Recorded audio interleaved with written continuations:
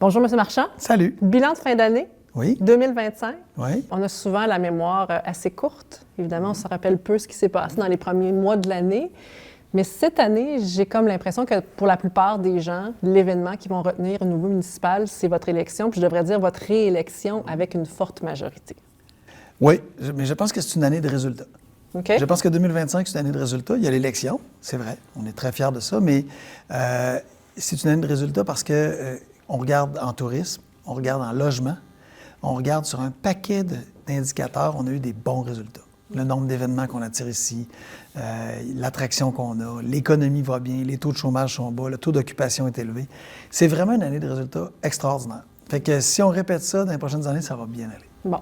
Quand vous avez gagné avec votre majorité, vous avez tout de suite joué la carte de l'humilité. Oui. En disant, bon, vous venez de me donner un mandat très, très fort, mais je le prends, puis je tiens compte de ce message, ce sous-message que vous m'envoyez aussi. Il faut être humble dans cette victoire-là. Qu'est-ce que vous pensez qui a vraiment changé entre la veille de l'élection et l'élection? Par rapport à l'humilité, rien. Je suis encore aussi dans le même état. Je suis encore dans le même état Puis les consultations n'ont pas été faites et continuent d'être faites par hasard. C'était pas un exercice de communication. Oui, parce que vous l'avez dit, je pensais même pas 24 heures après le résultat, vous retourniez en consultation alors qu'on avait l'impression que c'est ça que vous veniez de faire, la consultation. Ça semblait un peu étrange pour certains. Oui. C'est la meilleure décision que je pouvais prendre. Oui. C'est la plus belle décision que je pouvais prendre, notamment par rapport à l'humilité.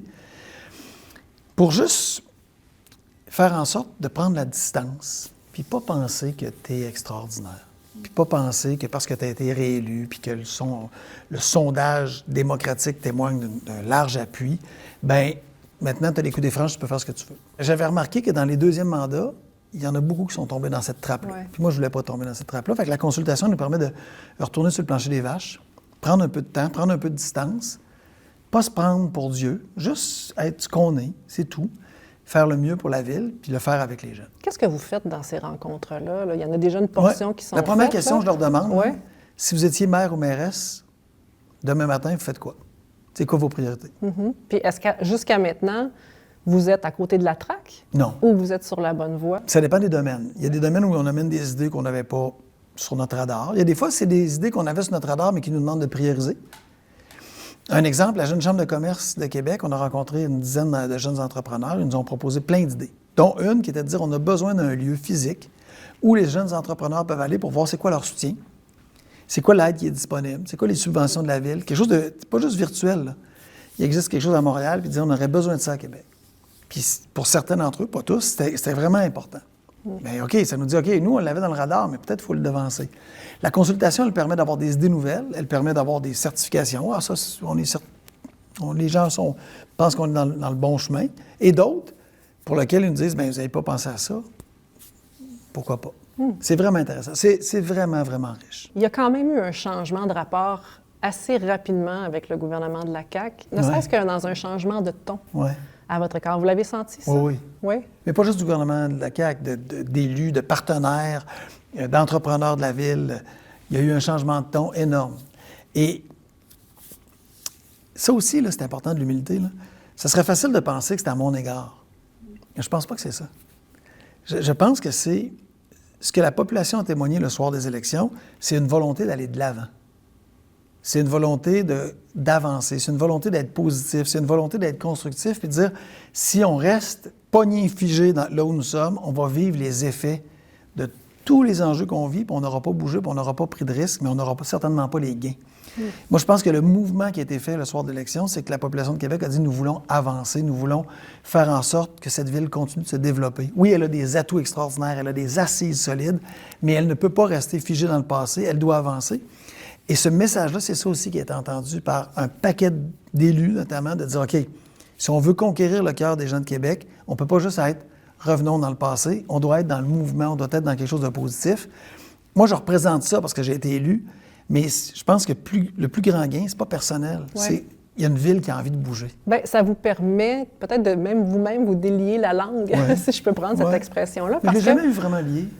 Bien, en même temps, on a vu les opportunités que vous avez saisies depuis l'élection, ne serait-ce que dans le dossier de l'immigration, entre autres. Vous avez pris une position, puis on a bien senti que vous avez touché une corde sensible là, en mettant ce dossier-là sur la place publique. Et la réaction du gouvernement n'a pas été de la confrontation. Au contraire, M. Legault a bien dit « Je suis d'accord avec Bruno » en vous appelant par votre prénom. Moi, je suis d'accord avec François. Mais on n'aurait pas vu ça avant, M. Marchand, parce que ils avaient plutôt une réaction de confrontation immédiate. Là. Il s'est passé quelque chose. Puis, tu sais, je pourrais parler du tablier du Pont de Québec, sur lequel vous êtes intervenu aussi récemment, sur le changement au niveau des cibles en environnement. Le gouvernement est en train de les atténuer. Vous vous permettez de dire que c'est une erreur. Mais ça, je l'avais déjà dit, par contre, c'est en environnement. Oui, mais peut-être qu'on l'entend différemment du fait que vous êtes majoritaire. Je pense que l'oreille est différente aussi. Et donc, il n'y a pas cette confrontation-là. Qu'est-ce que ça veut dire? Est-ce que ça veut dire que le gouvernement a besoin de vous, alors que dans les années antérieures, il avait moins ce sentiment-là? Bien, je pense que oui. Je pense qu'un gouvernement qui dirait qu'on n'a pas besoin du maire de Québec avec ce résultat électoral-là, avec la volonté de la population se rendra à un an de l'élection. Oui. Oublions pas, l'agenda électoral aussi du Québec influence. Si les élections étaient dans 3 ans, bien, peut-être que l'oreille serait différente. Si l'élection n'était pas contestée, parce qu'elle est contestée, puis il y a le PQ est en avance et autres, mais on voit ce qui se passe. Là. Tous les partis ont souffert dans ces dernières semaines. Oui. Fait qu'il y a personne qui est prêt, je suis pas sûr qu'il y a quelqu'un qui est prêt à gager sa maison sur le résultat de l'élection. Il y a quelque chose qui est à conquérir, qui est à gagner. Et donc, je pense que ça parle de ce que les politiciens vont devoir vouloir faire pour la ville, pour la région. Et ça, pour les gens de Québec, c'est... Quand on dit un mandat fort, c'est gagnant, c'est gagnant. Ça témoigne d'un changement de ton, mais ça témoigne d'une ouverture. Vous le dites bien, ça témoigne d'une oreille qui est ouverte. Dire, OK, moi, dans un an, je serai en élection, je ne peux pas faire fi d'une volonté qui est largement exprimée à Québec. Oui. Et ça nous donne des leviers, des forces. Puis pour les gens de Québec, c'est un atout incroyable. Mais on entendait le premier ministre cette semaine sur les ondes de Radio-Canada dire qu'il pense que l'élection va se jouer entre la CAQ et le Parti libéral du Québec. Si on regarde juste notre région à nous, est-ce que vous faites le même calcul? Est-ce que entre le la Parti CAQ et le Parti québécois est évincé parce que personne ne voudra de la souveraineté? Non, là, je pense... Moi, en tout cas, il y a ces analyses, il y a ces sondages. Ouais. Moi, je pense pas que le Parti québécois va être évincé. Est-ce qu'il va gagner, pas gagner, là? J'en ai aucune idée. Mais je pense que le Parti québécois va être... En tout cas, les sondages sont bons, va être dans la course. M. Legault a raison, il aura été visionnaire, mais je pense que ça va être une course à plusieurs. Puis vous le disiez, ça favorise un peu la région de la capitale nationale, parce que quand on regarde en ce moment les agrégateurs de sondages, la CAQ ne serait pas réélue en ce moment. Il n'y aurait plus aucun député de la CAQ à Québec. Est-ce que c'est un peu pour cette raison-là que vous-même, dans votre engagement vis-à-vis du gouvernement, il y a une fin? C'est-à-dire que vous nous avez dit, avant de rencontrer Jean-François Simard, qui est le nouveau ministre de la région de la capitale nationale, que vous vouliez savoir ce qu'il peut faire pour la ville dans les prochains mois. C'est-à-dire que qu'est-ce que vous êtes capable de réaliser maintenant, puis on ne sent pas un engagement par la suite? Vous avez envie de vous faire courtiser par les autres. Mais oui. Oui, puis c'est un avantage. C'est un avantage. Que ce soit une élection ouverte, c'est un avantage. C'est un avantage pour les gens de Québec. Que cette élection-là vienne après notre élection municipale qui a donné un message clair, c'est un autre avantage. Nous avons une voix forte à Québec et les gens ont tout intérêt à comprendre que cette voix forte-là va probablement aider à faire le gouvernement ou à le défaire. Fait que oui, on a une valeur, je pense, à courtiser. Puis c'est une maudite bonne nouvelle. Parce que les priorités de M. Simard, on commence à les connaître. Évidemment, on a entendu cette semaine Saint-Roch, la revitalisation qui passe par un quartier universitaire. Il y aura le 3e lien, la phase 4 de la promenade Samuel de Champlain. Est-ce que, pour l'instant, la CAQ est au bon endroit sur les priorités pour la ville? Dans les discussions que nous avons avec Mme Proulx, avec M. Simard, avec M. Julien, avec un paquet d'autres, Mme Bélanger, la réponse est oui. Puis ça ne peut pas juste être un ministre, puis ça ne peut pas juste être M. Simard, puis ça y enlève rien. Même le 3e lien, ça fait partie des... Bien, au moins, ils ont compris que le tracé, c'était non. Alors, on verra ce que M. Julien va proposer, mais notre voix a été entendue. Saint-Malo, Vanier, c'est non. Alors, M. Julien nous a dit, attendez, je fais mon travail et je vous présenterai ça. Bien, il y a déjà une écoute plus grande. Oui, mais en même temps... Qu'il n'y avait pas avant. Là. C'est ça. Et on le sent que vous en profitez. Ou en tout cas, que vous essayez d'en tirer profit. Est-ce que vous n'êtes pas en train aussi de tester les limites de la patience de la CAQ? Parce que ça se peut que ça se retourne contre vous éventuellement. Bien, pareil. Non, je ne suis pas inquiet. Mais en politique... non, je ne suis pas comme un enfant qui attaque. Non, mais... Non, mais vous jaugez l'impact que vous pouvez avoir pour la ville dans les grandes discussions quand même. Ben oui, c'est sûr. Mais vous n'avez pas touché leur patience encore. Non. Peut-être derrière des portes closes, on ne sait pas comment ça se passe dans vos cabinets. Peut-être qu'il y a quelques personnes. Vous pouvez nous le dire si vous avez envie, mais non. publiquement. Ah, non, dans les discussions qu'on a, les portes closes, c'est très convivial, c'est très respectueux, il n'y a pas de... Donc, vous ne tirez pas en ce moment sur l'élastique pour voir jusqu'où vous êtes capable d'aller. Mais en même temps, prenons l'exemple de l'immigration. C'est juste une question de justice, de bienveillance puis de notre monde économique. Je ne suis pas contre la CAQ. Le projet qui est présenté présentement pour l'immigration future, parfait, discutons-en. Pour l'immigration présente, c'est mauvais. Trouvons des solutions. Moi, je m'attends que ce soit le ministre Roberge qui s'active. Je m'attends que ce soit M. Roberge qui trouve des solutions. Y avez-vous reparlé depuis la semaine prochaine? À M. Roberge, non. L'avez-vous appelé? Parce qu'il vous l'avait dit de l'appeler. Oui, si j'avais des questions techniques pour comprendre son programme, mais personne ne comprend son programme. Moi, mon but, c'est pas d'avoir une discussion avec M. Roberge sur les éléments techniques puis qu'il m'explique comment ça marche. Moi, mon but, c'est que M. Roberge dit « Je travaille à une solution, clause grand-père ou autre, qui fait en sorte que tous ceux qui sont là actuellement, on va accélérer les choses. Tant qu'on ne sera pas capable de les accélérer, on va donner des permis de travail fermés et on va leur dire, on va les sécuriser, puis on va leur dire, vous faites partie des forces vives ici, restez ici, puis d'ici X mois, on va avoir tout régularisé ça. C'est ça que je m'attends, là. Ouais. Est-ce que vous avez l'impression que la CAQ n'a pas beaucoup démontré de sensibilité depuis les 4 dernières années? Parce que oui, on parle de l'immigration en ce moment, mais quand on parle de la crise de l'itinérance, que ça a pris beaucoup de temps avant qu'ils la reconnaissent, qui vient aussi avec une crise du logement, donc des clientèles plus vulnérables, ça aussi, ça a pris du temps avant qu'on le reconnaisse. Est-ce que la CAQ n'avait pas cette sensibilité-là? Puis vous, ça vous donne cette occasion-là de prendre un peu le leadership sur cette question? Dans le cas de l'immigration, c'est sûr. C'est sûr qu'il y a un enjeu de sensibilité. Le ministre nous réfère à des volets administratifs. Nous, on parle d'humains.